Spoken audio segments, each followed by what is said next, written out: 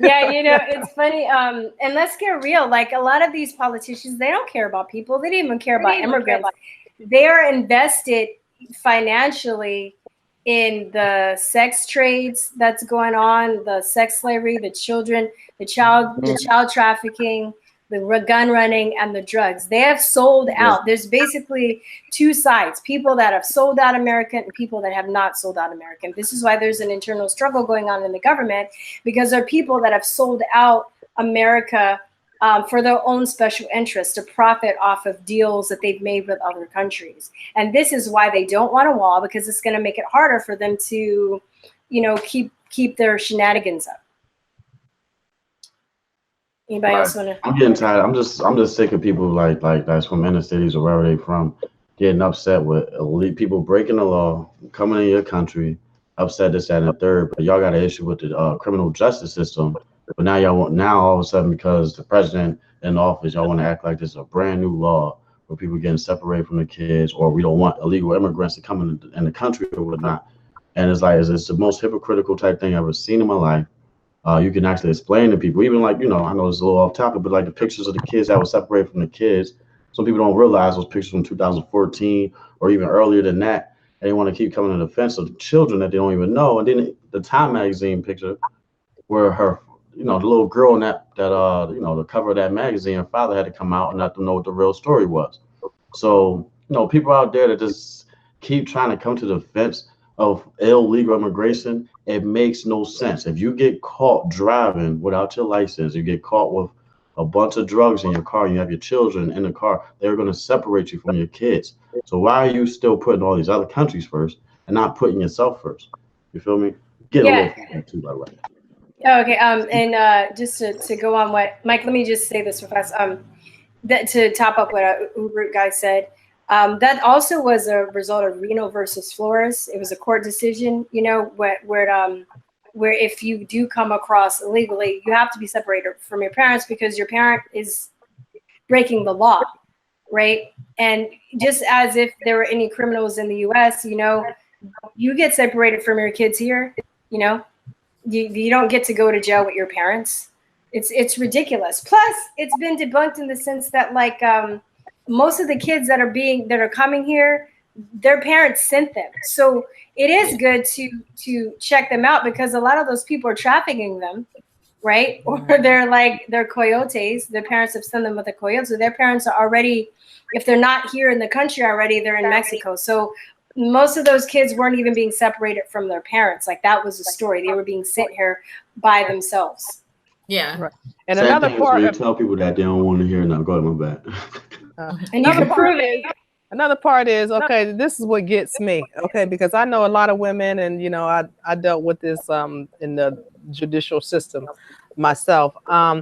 If a parent commits child abuse to their child here in the United States, okay, if you whip them wrong, or if you don't take care of your child properly, you don't feed your child properly, okay, the state will come get your child and they will charge you with child abuse. Okay. So I don't understand. And then if, you do too bad, whip them or, beat them or, starve them to death, that's, or, play with them, in a sexual way, that's child molestation. Okay. So if you commit any of those criminal acts here as an American citizen of this country, you going to jail. Okay. Period. Ain't no questions asked. Your child is a ward of the state. Your child going to the foster care. You will never see your child again. Okay. And hopefully you got a grandparent to take your child, so you can see your child again, but you will not see your child again ever, okay, in life. And you will go to jail.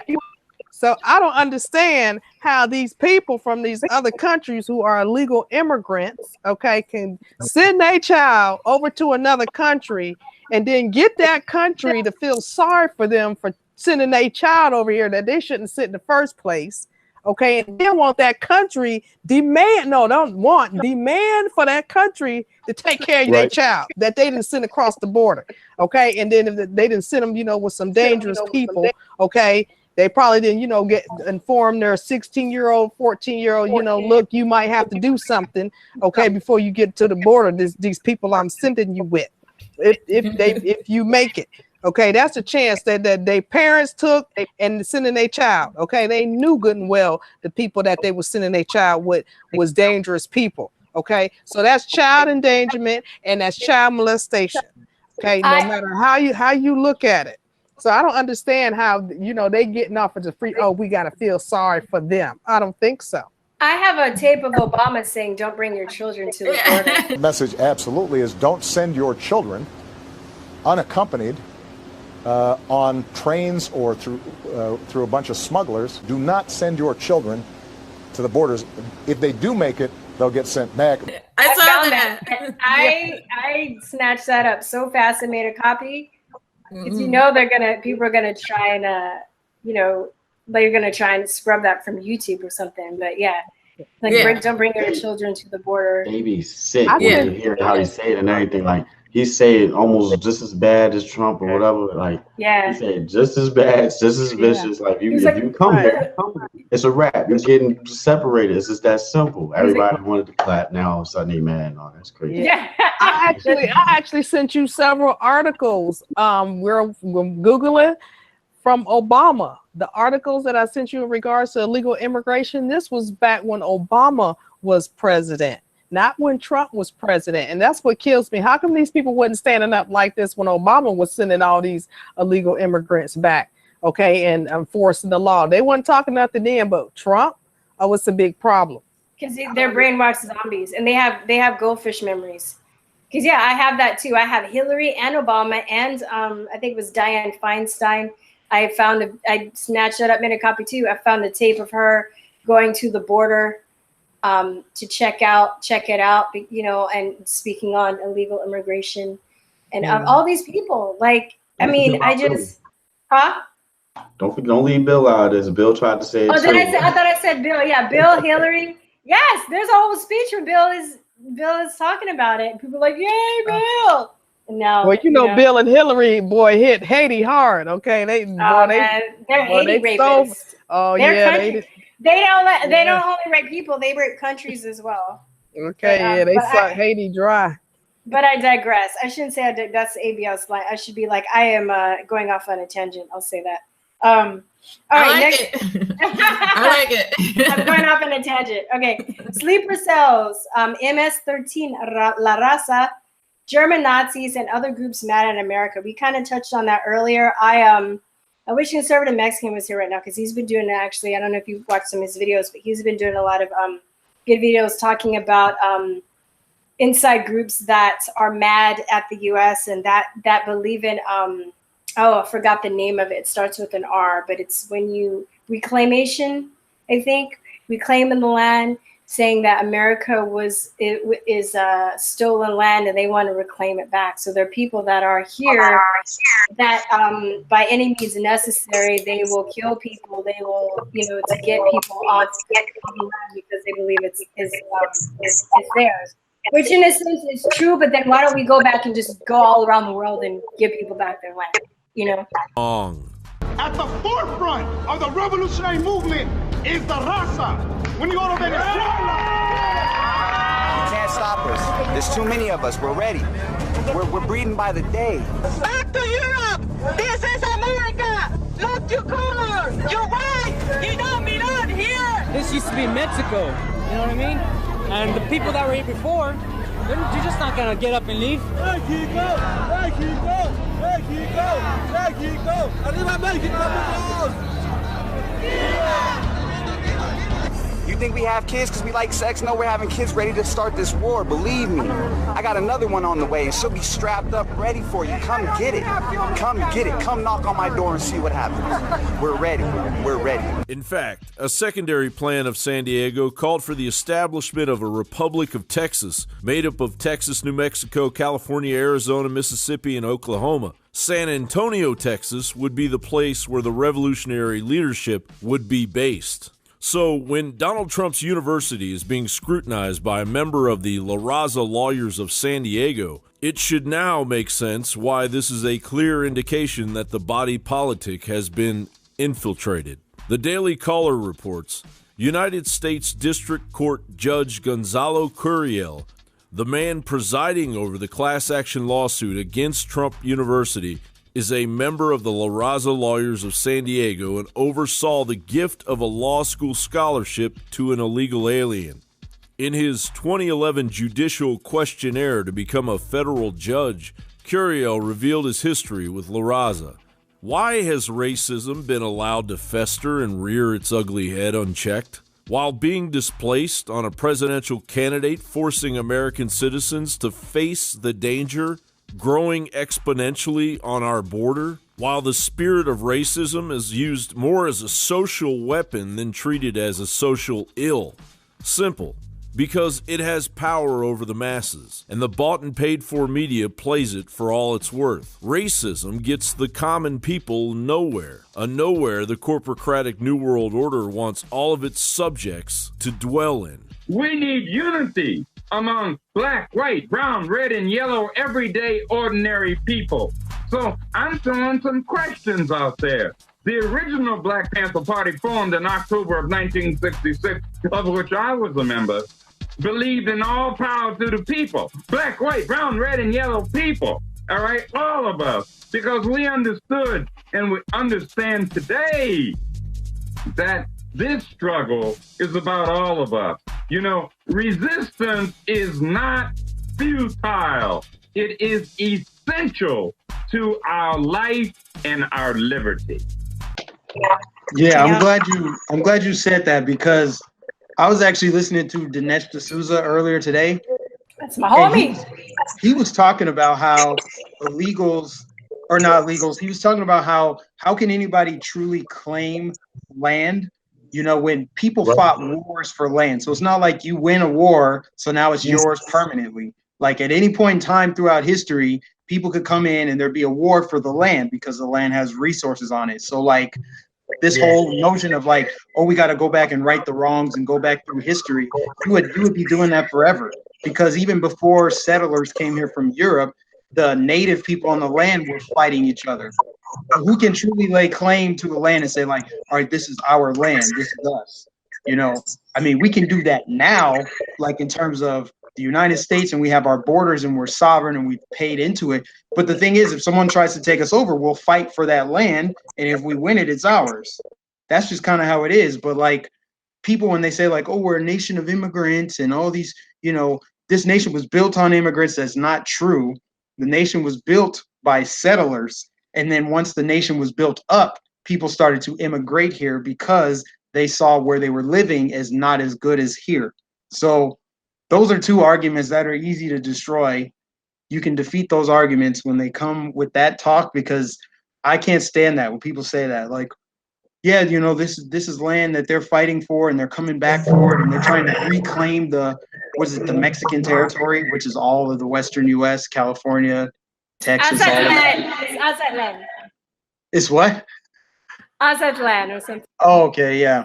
Whatever it's called, you know. Well, you can't come back and renege on the deal. Okay. You can't do that. Okay. Just because you didn't win, okay, you can't come back a decade later and be like, okay, I lost, but I want my land back. No, you can't do that. Okay? More than a decade, a few centuries later. Yeah, centuries. You can't do that. Okay, you lost. You know, we sorry, but you know, try to go build somewhere else. But you can't come over here and, you know, try to take it back. You know, and, you know, flooding all your people over here to, you know, to the areas is not going to help you get it back, because, you know, this is, you know, the United States of America. This is their land and they have the right to do whatever they see fit with it. And you can't just, you know, flood, you know, United States with your people and think you're going to get your land back. It's not going to work like that. Okay? Well, and it's not going to work without realize. Sorry, I didn't mean to cut you off. It's not going to work without resistance. And then B, I'm not sorry, because it's like it didn't even happen to them. These people that are crying about this stuff, like they weren't even born. Like neither were we. Right. It's not our issue. Like I don't like. It's the DACA babies. It's all the DACA babies. Well, there are people that are from Mexico though that come here too, and they want that back, and they're, you know, La Raza. and MS-13. I was talking about like how it looks like the Democrats are using MS-13 as their muscle to get stuff done. Like they're using the gangbangers and the lawsuit. That's why they're also protective of them, right? They want to keep their shenanigans up with the drug running, child trafficking, the whatever they're doing.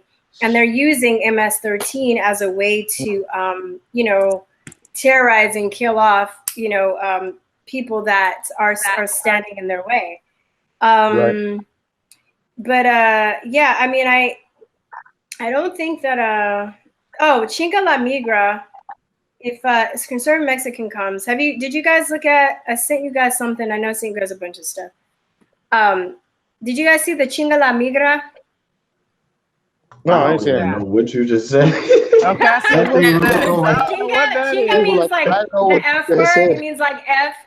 I'm trying not to curse. I know I curse. I'm trying to, but it means like the F word, and it's like so La Migra is like the immigration, right? So it's basically a group called Chinga la Migra. I'll put it in the links so other people can check it out. But basically, they're having a tour around the U.S. and it means F immigration. And they're going around basically trying to convince people to, I guess it's on board with like abolishing ICE and saying they don't need immigration. But they have their own YouTube channel. And I'm just like, they're preaching hate and violence and they're still on YouTube. This is ridiculous, you know? You know what? They can try to do whatever they want to do. They can all float on boats all throughout the United States. Okay. They don't understand. Okay. Because, you know, I come from military. And I know people federally, and I've worked with the government. These people cannot come over to this country and think that them standing up and protesting is going to change anything. Just like Mo said, this country is a land of laws. We have laws that will be enforced. And when those laws are being enforced, and I've got notifications from several military and several of the federal people. Okay. You know, there's treasonous acts going on. There's a lot of people obstructing justice. Yeah. You know, I have a current case now with USC where a Hispanic police officer thought he could just come up and elbow me 2 good times and think he was going to get away with it. Okay. But now we have the University of Southern California that's protecting this police officer, but they also have all those other cases where, you know, the gynecologist was having, you know, his fun with all them girls over at USC for over decades. He was playing with little girls, and now they got over almost 500 lawsuits coming against the school. So they covering up for these men that's doing things to women. And see, we got stuff like this, you know, going on across the United States. And the majority of the school is Chinese. Okay, it's Chinese. So they're bringing this, you know, kind of stuff, you know, into, you know, our country, which isn't good, you know, for our American children. And, you know, it's just not China. We got a whole lot of other countries doing stuff here in the United States that people, you know, need to comprehend. You know, they are not over here to play nice with us, and our children are here to take away from us and change our constitutional laws, change our political system. And a lot of them, you know, is the legal immigrants that didn't have them anchor babies over here. And then, you know, they got the first generation, the second generation, the third generation. So we dealing with all their children and their children and their children.